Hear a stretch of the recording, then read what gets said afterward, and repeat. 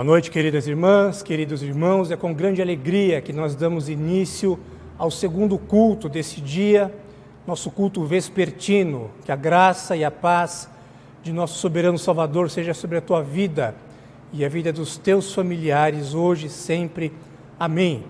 Faremos a leitura de adoração, queridos, na carta que o apóstolo Paulo escreveu aos Colossenses, capítulo 1, versículos 26 e 27.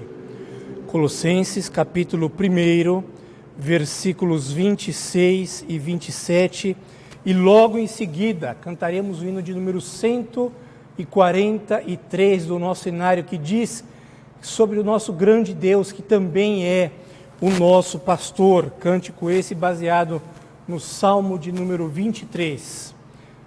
Novo cântico, hino 143, baseado no Salmo de número 23. Mas antes, Colossenses, capítulo 1, versículos 26, nos diz assim: o mistério que estiver oculto dos séculos e das gerações, agora, todavia, manifestou aos seus santos, aos quais Deus quis dar a conhecer qual seja a riqueza da glória deste mistério entre os gentios, isto é, Cristo em vós, a esperança da glória. Amém. Cantemos o hino de número 143 do nosso cenário.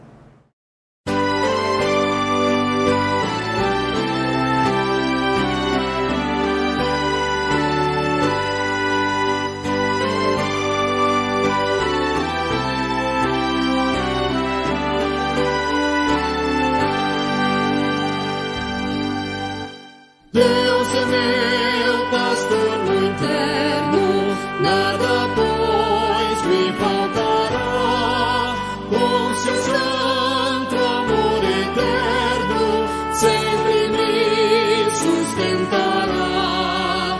As pastagens verdejantes, Ele vem me conduzir, e nas relvas abundantes vou descanso então fruir, e nas relvas abundantes vou descanso então fruir. Vem com suas mãos divinas, mansamente me guiar, rumo às águas cristalinas que me vão sedentar, por veredas da justiça, prazeroso me conduz, e depois da dura liça, vou gozar a eterna luz, e depois da dura liça, vou gozar a eterna luz. Se da morte o vale escuro traz-me aperto ao coração, caminhando vou seguro, apoiado em seu cordão. Na presença de inimigos eu terei da salvação um banquete com amigos, com Jesus meu velho irmão. Um banquete com amigos, com Jesus meu velho irmão.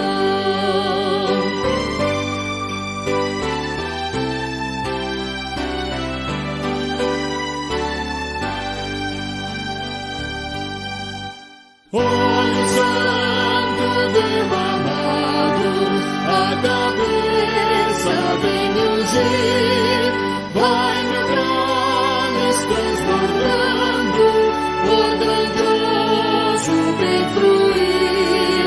Certamente que a bondade sempre a mim subterei, e no ar da eternidade muito feliz habitarei, e no ar da eternidade muito feliz habitarei.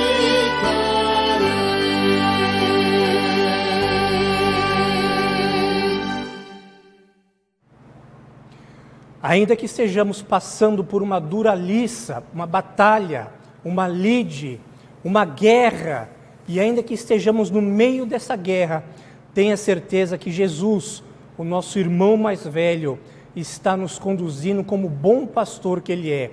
Adore a Jesus agora de todo o teu coração. Senhor, nós te adoramos, exaltamos e bendizemos ao teu santo nome. Senhor, nós queremos dizer que a nossa adoração ela é imperfeita, ó Deus, porque ainda é manchada de pecado. Mas nós queremos te dizer, ó Deus, que o Senhor é o maior amor da nossa vida. E queremos te dizer também, ó Deus, que este culto que iniciamos a partir de agora, tudo o que faremos, as leituras bíblicas, as orações, a pregação da palavra, as canções, tudo que está sendo feito a partir deste instante, desde o prelúdio, é tudo para a honra e glória do teu santo nome. Conduza-nos, ó Deus, é o que nós te pedimos em nome de Jesus. Amém. Queridos, para nosso momento de confissão, peço que abram na carta que o apóstolo Paulo escreveu aos Efésios. Faremos a leitura do capítulo 4, versículos 25 a 31. Eu farei a leitura, capítulo 4, versículos 25 a 31. Nós vamos preparar o nosso coração para o momento de confissão. Assim nos diz o texto, Efésios, capítulo 4, versículo 25. Por isso, deixando a mentira, fale cada um a verdade com o seu próximo, porque somos membros uns dos outros. Irai-vos e não pequeis, não se ponha o sol sobre a vossa ira, nem deis lugar ao diabo. Aquele que furtava, não furte mais, antes trabalhe, fazendo com as próprias mãos o que é bom, para que tenha com que acudir ao necessitado. Não saia da vossa boca nenhuma palavra torpe, e sim unicamente a que for boa para a edificação, conforme a necessidade, e assim transmita graça aos que ouvem. E não entristeçais o Espírito de Deus, no qual fostes selados para o dia da redenção. Longe de vós toda amargura, cólera, ira, gritaria, blasfêmias, e bem assim toda a malícia. Queridos, o texto nos chama a atenção a algumas atitudes que nós podemos ter durante o nosso dia a dia. É certo que nós sabemos que já estamos, aqueles que receberam a Cristo como Senhor da sua vida, estamos salvos nele. Mas ainda assim, a nossa natureza pecaminosa muitas vezes faz com que nós tenhamos atitudes expressas, como aqui foi mencionado pelo apóstolo à igreja de Éfeso.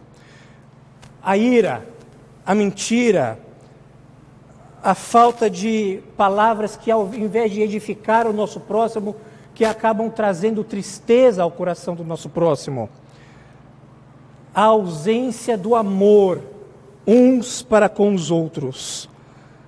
Usarmos as palavras que, ao invés de auxiliar ao nosso próximo, os abate, os entristece e, principalmente, entristece o Espírito de Deus.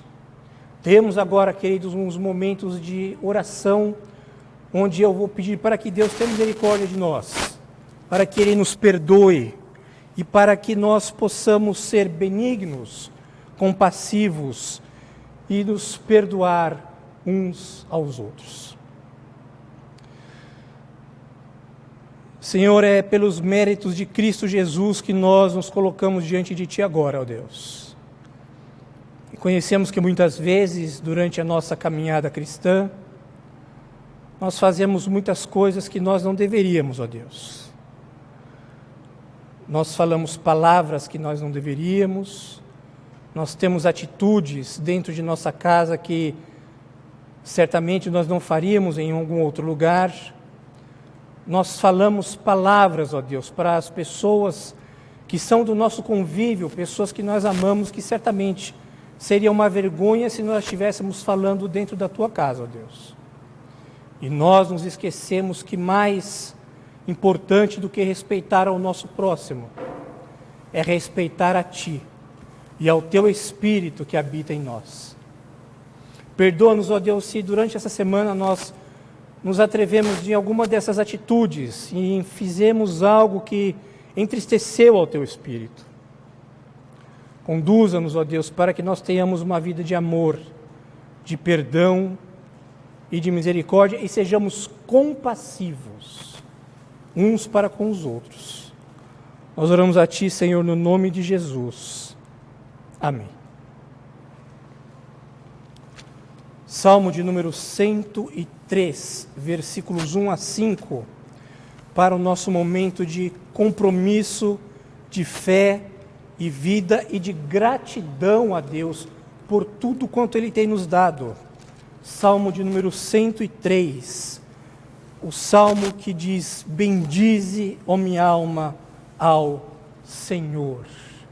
Salmo de número 103, versículos 1 a 5, assim nos diz o texto: bendize, ó minha alma, ao Senhor, e tudo que é em mim bendiga o seu santo nome. Bendize, ó minha alma, ao Senhor, e não te esqueça de nenhum dos teus benefícios. Ele é quem perdoa todas as tuas iniquidades e sara todas as tuas enfermidades. Quem da cova redime a tua vida, e que de coroa e de graça e misericórdia, quem farta de bens a tua velhice, de sorte que a tua mocidade se renova como a da águia. Amém. Queridos, quando nós lemos o Salmo de número 103, certamente nós nos recordamos que Deus concede dádivas ao seu povo. Deus proporciona para nós aquilo que nós necessitamos, aquilo que nós ansiamos. Embora muitas vezes Ele não nos concede porque Ele sabe que aquilo que Ele vai dar para nós naquele momento ou é algo que não vai aproveitar o nosso crescimento espiritual ou é algo que vai nos afastar dEle. Ainda assim, somos agraciados pela Sua infinita bondade. E isso, certamente, é porque o nosso soberano Salvador é o nosso bondoso amigo. E é por isso que antes dessa oração de gratidão, nós cantaremos o hino de número 159, que nos diz exatamente isso. O nosso bondoso Cristo, nosso amigo, Ele revelou a nós o seu imenso amor. Cântico 159.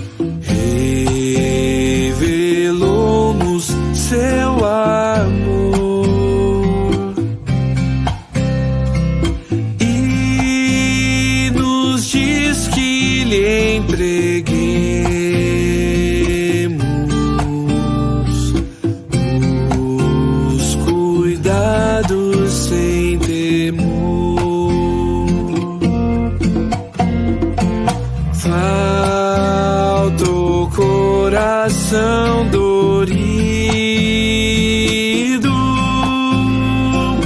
gozo, paz, consolação. É porque nós não levamos tudo a Ele em oração.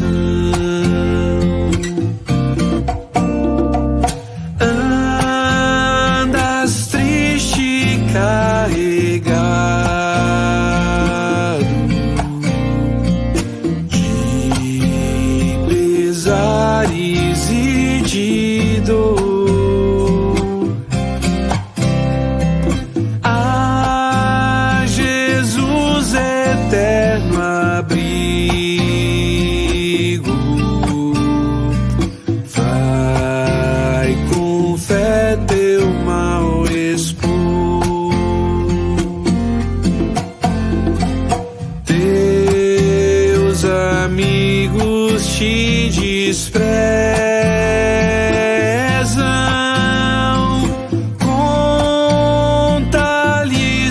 em oração.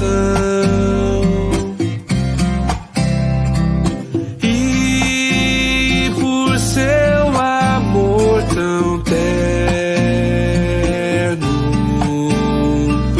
paz terás no coração.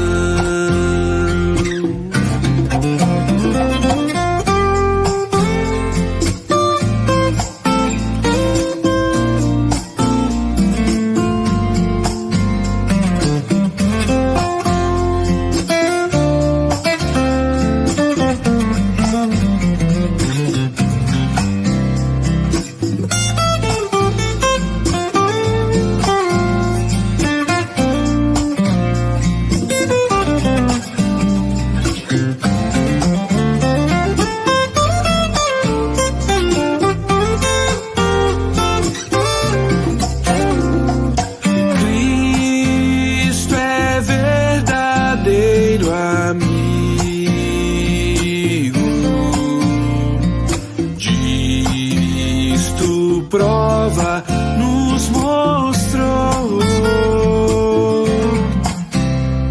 o quando para resgatar-nos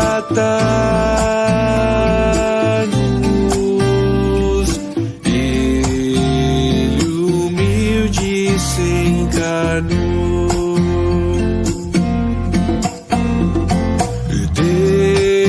Derramou precioso sangue para nos purificar.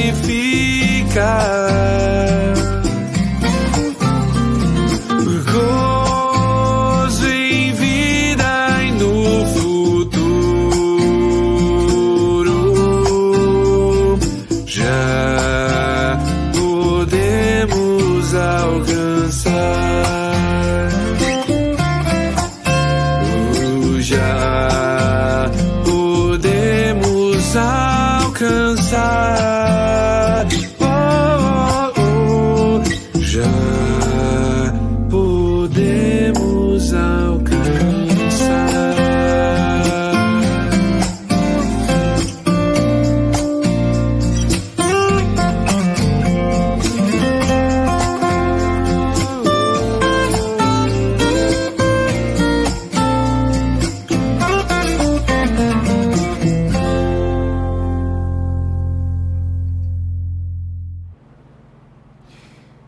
Ainda que você esteja passando por lutas, por problemas, por dissabores, lembre-se, você tem um amigo que é o verdadeiro Deus, se despiu da sua glória, se encarnou, andou as nossas terras, comeu as nossas comidas, tudo isso para mostrar o seu infinito amor por você. Agradeça a Ele nesse momento. Senhor, nós damos graças ao Teu santo nome e Te agradecemos por esta forma de amor insondável, impenetrável, impensável, indiscutível, que nós não podemos explicar, mas só podemos receber, ó Deus. Um Deus que tinha toda a autoridade, se despiu de sua glória, caminhou conosco para mostrar o quanto Ele nos ama. Por isso, Senhor, nós Te agradecemos, nós damos todo louvor e toda honra a Ti. Senhor, que a adoração dos nossos lábios possa chegar até o trono da Tua glória. Recebe, Senhor, a oração de cada filho Teu e de cada filha Tua que neste momento está orando juntamente conosco, Te agradecendo, reconhecendo que o Senhor derramou o Teu sangue por nós, para nos salvar, para nos purificar e para que no futuro o gozo completo nós possamos alcançar. Nós oramos em nome de Jesus a Ti, Senhor Deus, e já Te agradecemos. Amém. Queridos, nós vamos ter agora uma canção preparando o nosso coração para a ministração da Palavra de Deus. Ouça essa canção com muita gratidão no teu coração e ainda assim com muita vontade de ouvir aquilo que Deus tem para falar para você nesta noite. Logo em seguida eu retorno e nós faremos a exposição do texto.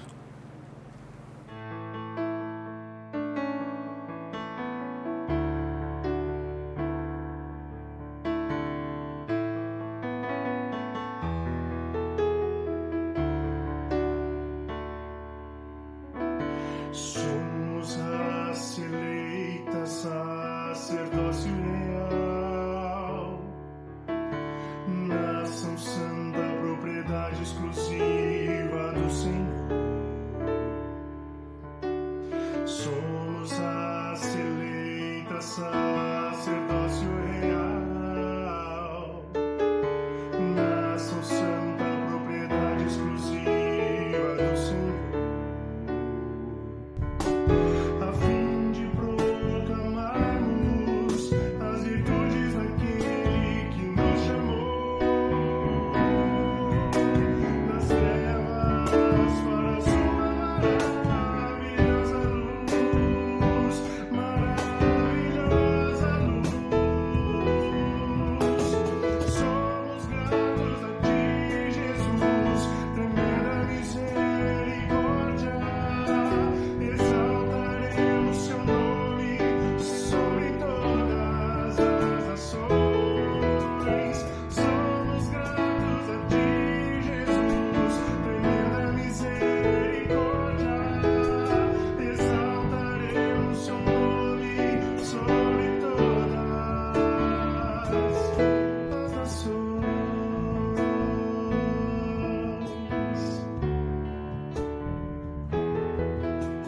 Somos raça eleita, sacerdócio real, nação santa, propriedade exclusiva do Senhor.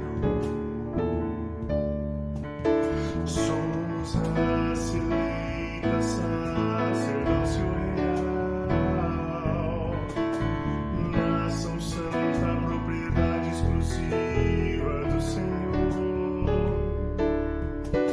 A fim de proclamarmos as virtudes daquele que nos chamou das trevas para a sua maravilhosa luz, maravilhosa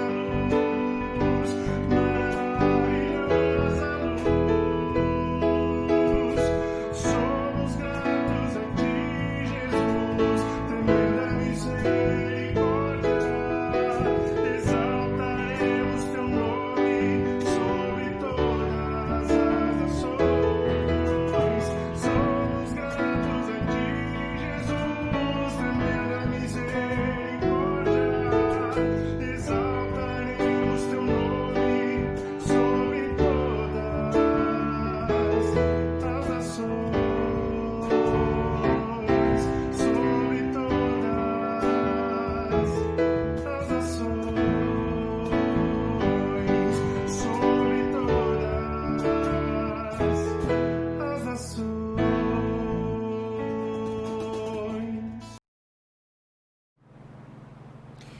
Evangelho de Jesus Cristo, segundo o evangelista Lucas, para a nossa meditação, capítulo de número 2, versículos 41 até o 51, é o texto que nós nos deteremos na noite de hoje.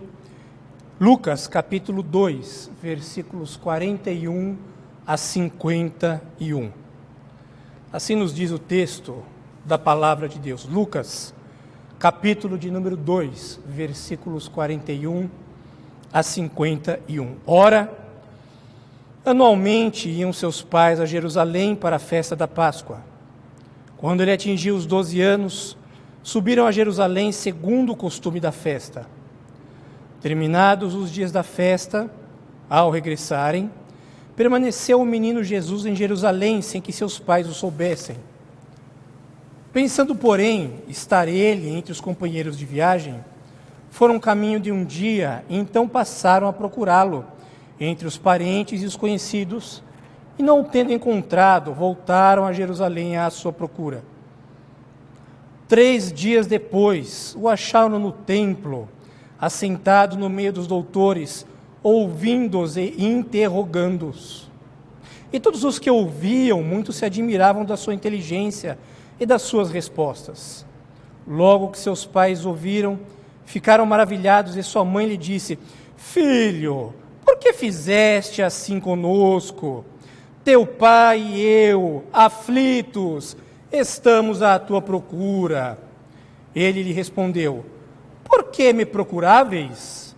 Não sabíeis que me cumpria estar na casa de meu pai? Não compreenderam, porém, as palavras que lhes dissera. E desceu com eles para Nazaré, e era-lhes submisso. Sua mãe, porém, guardava todas estas coisas no coração. Senhor, nós reconhecemos que nesse momento o nosso coração se volta mais a Ti, porque nós carecemos de conhecer mais a pessoa maravilhosa de Cristo Jesus, e em especial no momento que Ele se revela a nós através da pregação da palavra expositiva. Senhor, que Tu abras agora não apenas os ouvidos, mas as janelas do coração dos Teus filhos e das Tuas filhas que nos ouvem neste momento.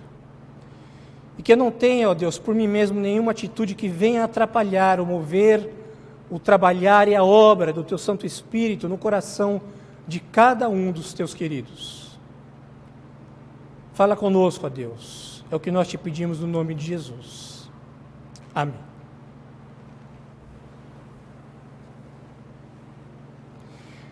Essa história narra a ida de Jesus, juntamente com seus pais, a Jerusalém, para que eles pudessem comemorar a Páscoa.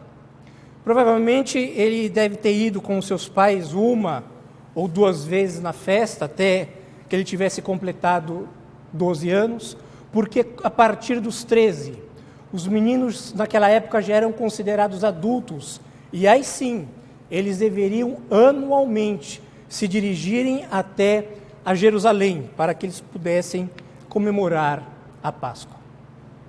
E essa passagem ela é interessante, porque a história se desenvolve quando seus pais, Maria e José, estão retornando de Jerusalém, estão retornando da festa da Páscoa, e após um dia de viagem, só aí que eles perceberam que Jesus não estava com eles. Mas deixa eu abrir um parêntese aqui, antes que você fale, como Maria e José eram responsáveis que não tomaram conta do menino Jesus. Aqui, queridos, o que acontece é que as viagens daquela época, elas eram feitas em caravanas.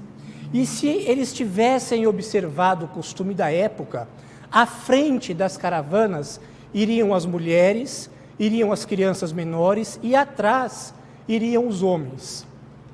Se porventura acontecesse de José estar ali sem Jesus ao lado, ele deve ter falado assim, bom, Jesus deve estar com Maria, e Maria também deve ter pensado assim, bom, apesar das crianças estarem aqui, provavelmente Jesus estava com José. Mas vamos fechar, pois bem, agora que já explicamos essa questão, vamos fechar esse parênteses para que você não fale que os pais de Jesus eram irresponsáveis, e aí eles procuram dali, procuram de lá, perguntam para os compatriotas, olham em uma caravana, olham em outra, e eles chegam a uma conclusão. Jesus tinha ficado em Jerusalém. Bora voltar para Jerusalém e tentar encontrar o menino. E de fato, realmente Jesus estava em Jerusalém. Só que para a surpresa de seus pais, quando eles chegam em Jerusalém, vejam que diz o versículo 46, e acharam no templo, assentado no meio dos doutores, ouvindo e interrogando-os. Ou seja, Jesus, com apenas 12 anos de idade, ele já tinha consciência do seu relacionamento que ele tinha com o Pai, da sua responsabilidade com o Pai, e aí Maria chega até a dar um pito nele, e fala assim, lá no versículo 48, Filho, por que fizeste assim conosco? Teu pai e eu estamos aflitos, estamos à tua procura. Agora eu quero que vocês pintem um quadro comigo, disso que nós acabamos de ler agora, desse incidente que acontece com Maria, que acontece com José, que acontece com Jesus que fica em Jerusalém, e se nós transportarmos essa imagem Será que nós não poderíamos pensar que isso é muito parecido com o que acontece com a nossa humanidade atualmente? Isso é muito que tem acontecido muito com a nossa humanidade, não atualmente, mas no decorrer dos anos, com o perpassar das gerações. Isso é o que acaba acontecendo com a humanidade, com as pessoas. Vejam só,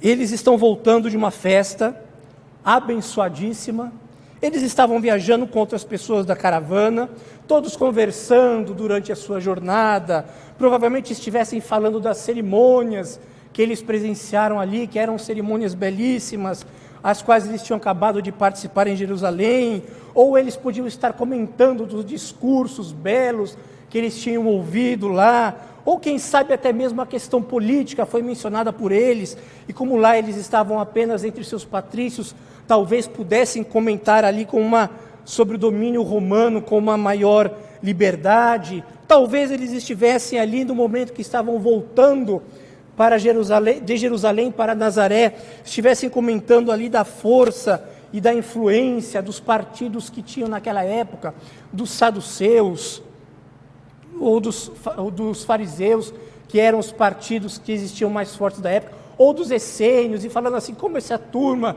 desses essênios, eles se afastam mais de nós, são antissociais, porque os essênios naquela época, eles se afastavam para viverem no deserto, exclusivamente com o motivo de concentrar-se para que eles pudessem estudar a Torá.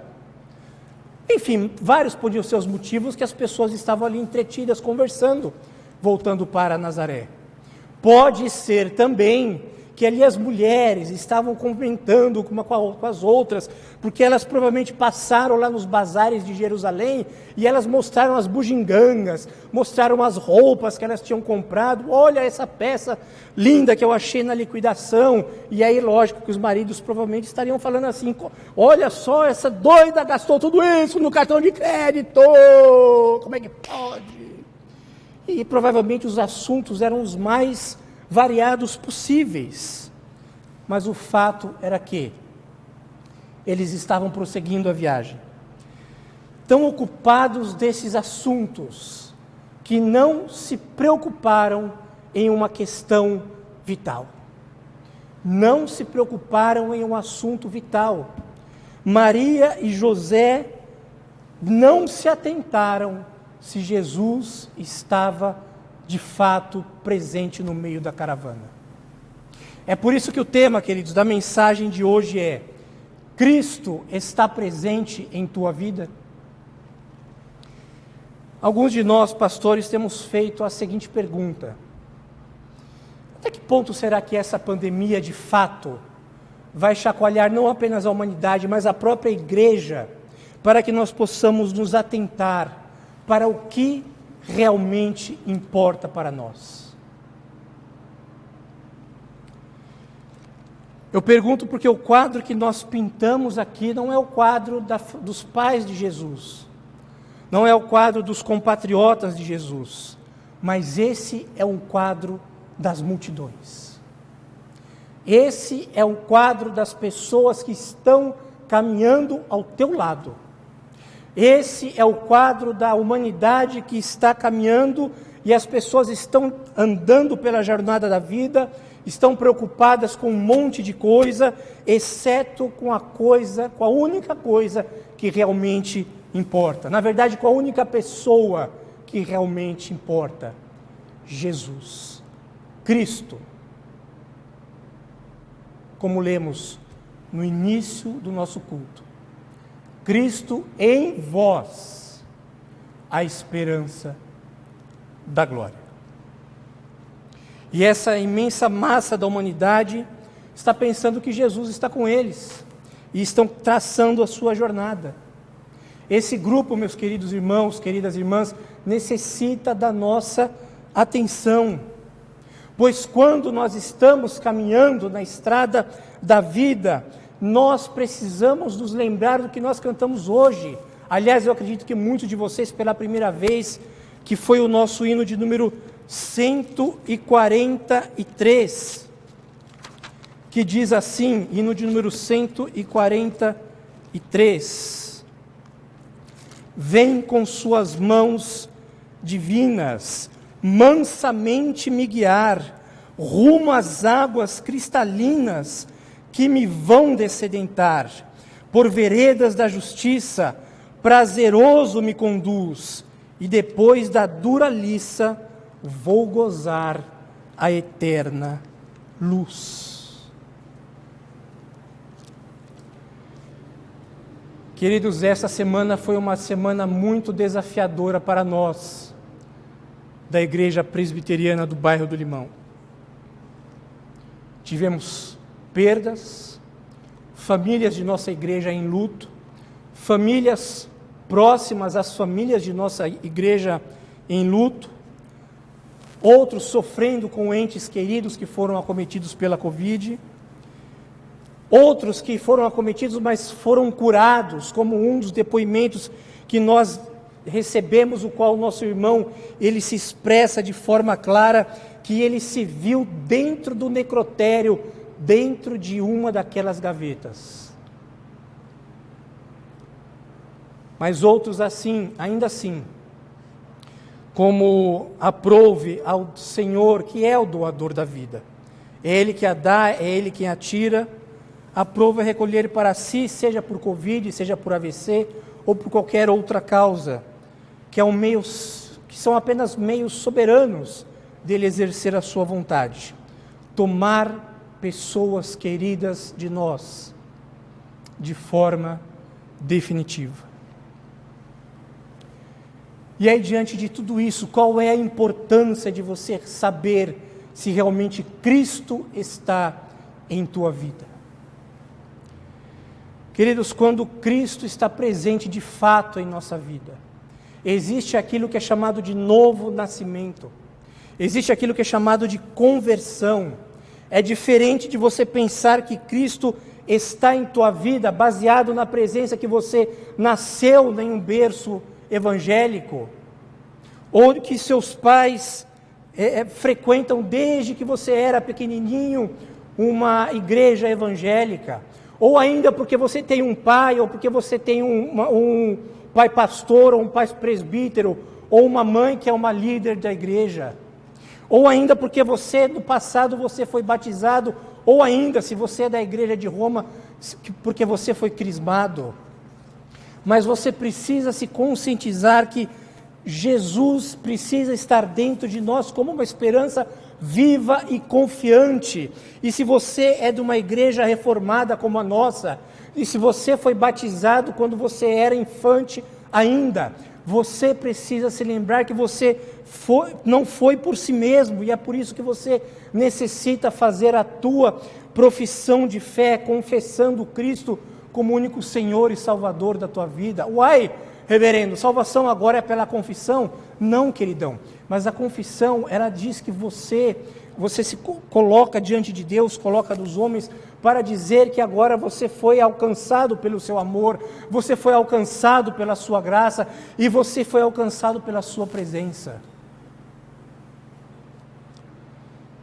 Em terceiro lugar, Cristo não está presente em tua vida só porque você repete o jargão: Deus é amor, Deus é bom, Deus é misericórdia. Porque você diz que Deus é amor, mas você não tem um gesto de bondade para com as outras pessoas. Você diz que Deus é misericórdia, mas você é uma bondade imensa, infinita, mas você é uma pessoa que não tem um gesto altruísta para com o teu próximo, a ponto de se doar, de ligar para ele, de perguntar como ele está, de dizer que você se importa com ele. Ou você diz assim: Deus é misericórdia, mas não mexe comigo, senão o bicho pega.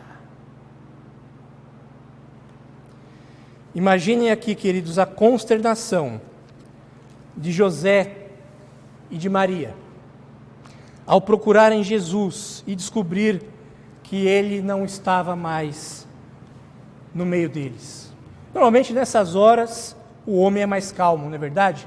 Provavelmente José deve ter falado assim: imagina, Maria, fica tranquila, Jesus deve estar lá conversando com Zorobabel, com Eleazar, com qualquer um amiguinho dele, e Maria: não, não, eu preciso achar o meu filho. Cadê Jesus? E deve ter passado até um filme na cabeça de Maria, onde Maria deve ter falado assim, e agora se Gabriel desce aqui de novo e pergunta, e aí Maria, onde é que está Jesus? O que eu vou falar para Gabriel? Ah, eu perdi o Salvador da humanidade, Gabriel.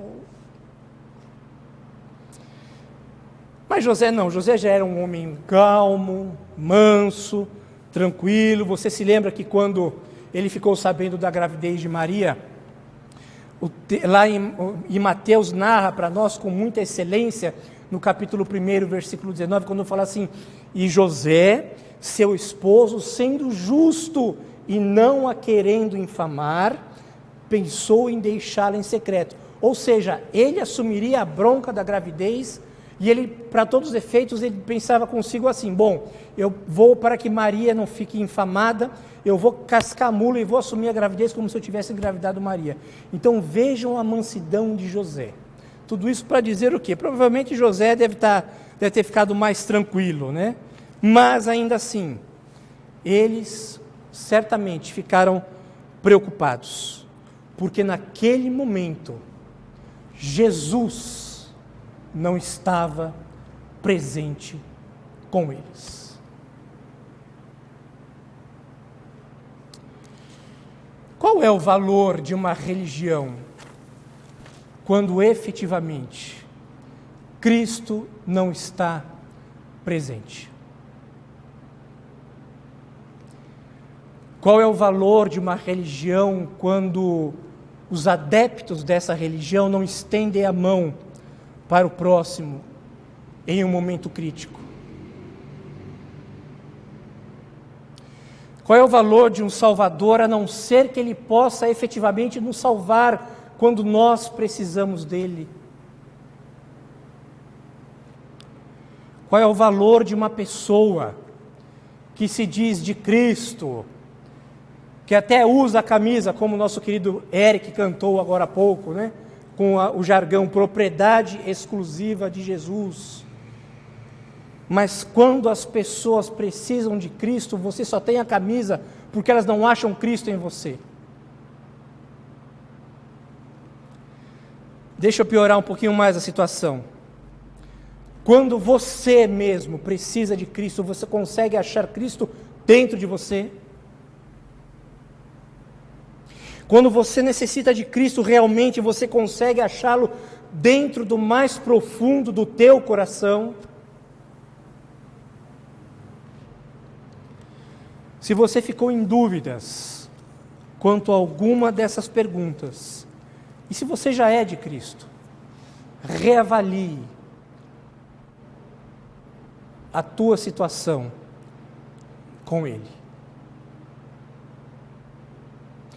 Essa semana, em um aconselhamento com uma jovem, eu dizia para ela que ela exatamente isso. Ela precisava encarnar Cristo, encarnar o seu amor, encarnar a sua misericórdia, encarnar os seus valores. E ela ficou brava comigo e escreveu assim, mas eu já ouço o Evangelho desde menina, eu já estou na igreja X há tantos anos, e já faz não sei quanto tempo que eu frequento a igreja, e eu me sinto bem lá. Mas é que ao final de nossa conversa, depois de alguns minutos, talvez até ter chegado em mais de 1 hora de conversa, ela não tinha entendido que não basta você frequentar uma igreja, não basta você gostar de ouvir pregações, não basta você ser da denominação X, Y ou Z desde menininho, se você não encarna os valores de Cristo Jesus. E quando eu falei isso para ela, ainda bem que não estava presencial, porque se eu tivesse presencialmente, acho que ela tinha me dado um murro na cara, porque ela ficou muito brava comigo, e ela não entendia que eu estava querendo dizer para ela que ela precisava encarnar os valores de Cristo. Eu quero finalizar, queridos, fazendo algumas perguntas para que você possa refletir esta noite. Cristo está com você, e você tem plena certeza disso, na hora que você passa por alguma provação ou por alguma tentação? quando você o busca realmente no mais profundo do teu coração, você o tem de fato o encontrado? Nesse momento tão difícil, o qual nós estamos atravessando, que nós estamos distantes de amigos, parentes, familiares, irmãos do nosso convívio, da igreja, você tem encontrado a Ele quando você se sente sozinho, quando você se sente aflito, quando você está doente e você clama por Ele, você tem encontrado a Ele? Você tem encontrado Jesus em tua vida na hora que você mais necessita de paz? Quando você tem enfrentado dor, tragédia, e você se volta para Cristo, você de fato tem encontrado Ele caminhando com você, ao teu lado, para e passo? Quando você está angustiado, a semelhança do hino de número 159, que nós também cantamos esta noite, que diz: falta ao coração dorido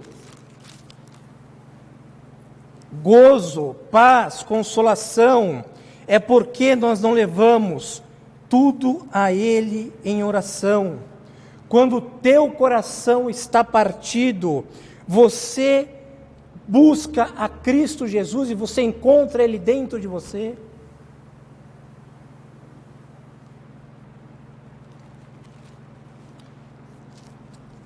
Acima de tudo isso, quando você estiver no teu leito de morte, face a face com a sepultura, nos seus últimos suspiros, você tem certeza que quando você passar desta para outra, você encontrará com Jesus? Porque uma vez que você for, não tem mais volta. Quando você enfrentar o julgamento e você ouvir o acusador da tua alma, contando para Deus todos os erros que você cometeu durante toda a tua vida, você vai poder dizer com confiança: Senhor Deus, é verdade, eu fiz tudo isso, fiz muito mais ainda. Porque o acusador não tem a capacidade de olhar dentro dos meus pensamentos e saber os terríveis pensamentos que eu tive, os pecados que eu cometi em minha mente. Ele não tem o poder de saber o que penso. É verdade, tudo isso que ele está dizendo contra mim, eu fiz e fiz muito mais ainda, mas eu confiei a Cristo Jesus, o perdão dos meus pecados, e sei que nele todos os meus pecados foram perdoados. A presença de Jesus, ela é forte na tua vida, a ponto de você, quando encontrar face a face com Deus, você ter essa confiança, de assumir os teus pecados, mas lembrar-se que enquanto você estava aqui, você estava caminhando com Cristo Jesus.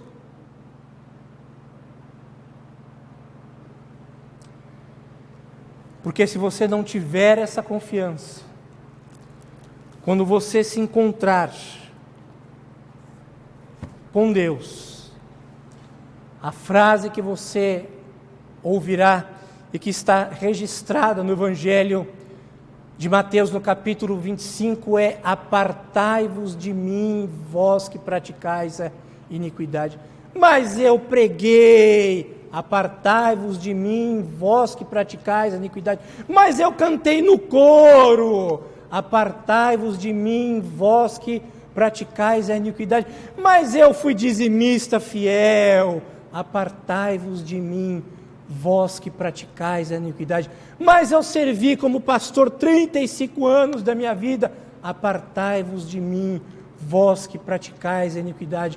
Mas eu fui presbítero daquela igreja por 50 anos: apartai-vos de mim, vós que praticais a iniquidade. Ou você realmente tem Cristo dentro de você?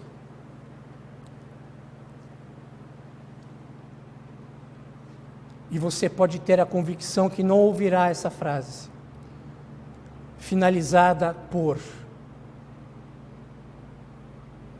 e serão lançados no fogo eterno, preparado para o diabo e seus anjos. Mas se por outro lado você tem essa confiança em Cristo, sabe que Cristo está dentro de você, e você procura viver uma vida dedicada a Ele, a frase que você ouvirá no dia do julgamento, ainda que você, a despeito de todos os seus muitos pecados, que você será acusado, mas que você reconhece que em Cristo Jesus todos eles foram perdoados. Vinde, benditos de meu Pai, para o reino que está preparado a vós desde antes da fundação do mundo. Se você ainda não permitiu que Cristo encarnasse em você, se apresse. Ainda tem tempo. Eu não estou te sugerindo para que você frequente uma igreja, não é isso. Eu estou dizendo, e nem tenha cargos na igreja, e nem trabalhe para a igreja, mas eu estou dizendo para que você se permita que o próprio Cristo, na pessoa do Espírito Santo, tome conta da tua vida, dos teus atos, das tuas palavras, das tuas ações e dos teus pensamentos, para que os teus pecados não sejam atos diários, sejam uma escorregada ali ou aqui, vez ou outra, mas não seja uma prática constante na tua vida, porque aí sim você terá a certeza que Cristo habita dentro de você. E se você ainda não tem essa certeza, venha rápido para os braços de Jesus, ainda há tempo. Não se esqueça que não é Ele quem precisa de você, mas é você quem precisa dele. Amém. Nós vamos ouvir mais uma canção, logo em seguida eu retorno e faço uma oração, impetrarei a bênção.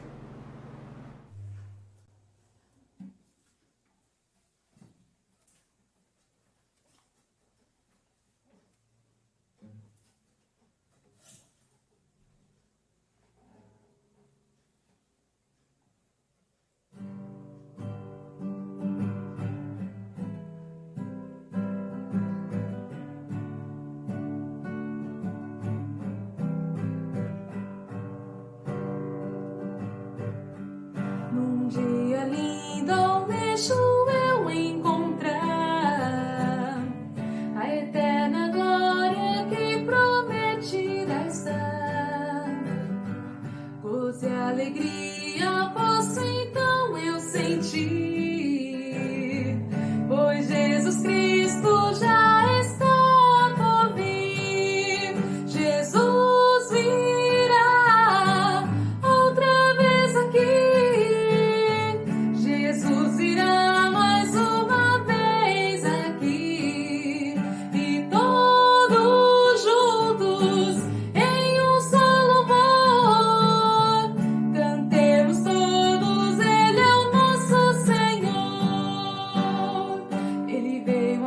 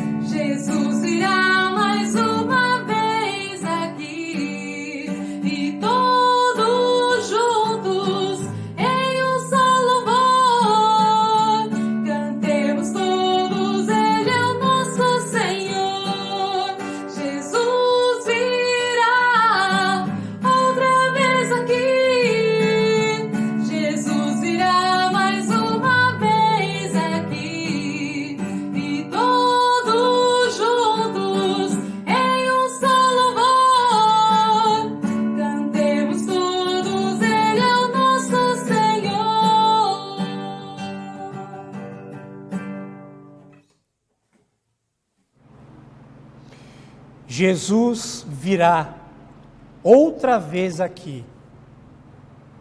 Você está preparado?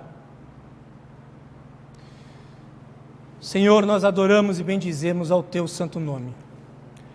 Te agradecemos pela Tua palavra, Senhor, que foi pregada nesta noite, que nos chama, ó Deus, a termos um compromisso maior contigo, que nos chama a termos uma vida dedicada a Cristo Jesus e dedicada também ao serviço dos nossos irmãos, ao serviço dos necessitados, ao serviço daqueles a quem nós podemos estender o nosso braço e auxiliar, ó Deus. Abençoa-nos em mais essa semana que se inicia. Tenha misericórdia de nós, ó Deus, durante todo esse ano que ainda estamos atravessando momentos desafiadores e difíceis. Abençoe, Senhor, aqueles que estão se dedicando não apenas na cura do Covid, mas também naqueles que agora estão se dedicando na aplicação da vacina. Abençoa, ó Deus, aqueles que estão acometidos por ela, e que Tu faças, ó Deus, segundo a Tua santa e soberana vontade. Mas nós te pedimos que a Tua presença seja uma presença eficaz para todos aqueles que estão sofrendo. E que o grande amor de Deus, a graça de nosso soberano Salvador, Jesus o Cristo, o nosso bondoso amigo, o nosso Senhor, seja sobre a tua vida, e que o consolo, a renovação e a força do Espírito Santo seja sobre você, não somente hoje, mas para todo sempre. Amém.